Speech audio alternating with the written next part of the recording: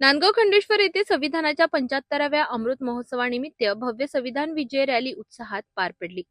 अमरावती जिल्ह्यातील नांदगाव खंडेश्वर येथे एकतावादी सामाजिक विचार मंचच्या वतीने संविधानाच्या 75व्या अमृत महोत्सवानिमित्त भव्य संविधान विजय रॅली काढण्यात आली। रॅलीची सुरुवात ओंकारखेडा येथील बुद्ध विहारातून करण्यात आली। युवक, महिला आणि नागरिक मोठ्या संख्येने या रॅलीत सहभागी झाले होते।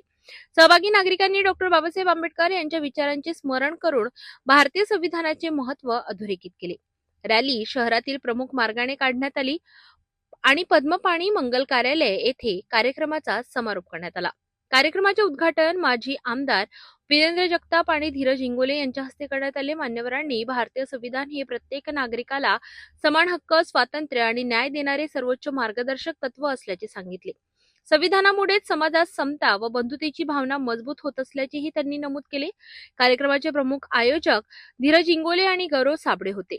संविधानाचा गौरव आणि डॉ. बाबासाहेब आंबेडकर यांच्या विचारांचा संदेश देणारी ही संविधान विजय रॅली नांदगाव खंडेश्वर मध्ये उत्साहात पार पडली। यावेळी नागरिकांनी मोठ्या संख्येने सहभागी होत संविधानाबद्दल जागरूकता निर्माण करण्याचा संदेश दिला।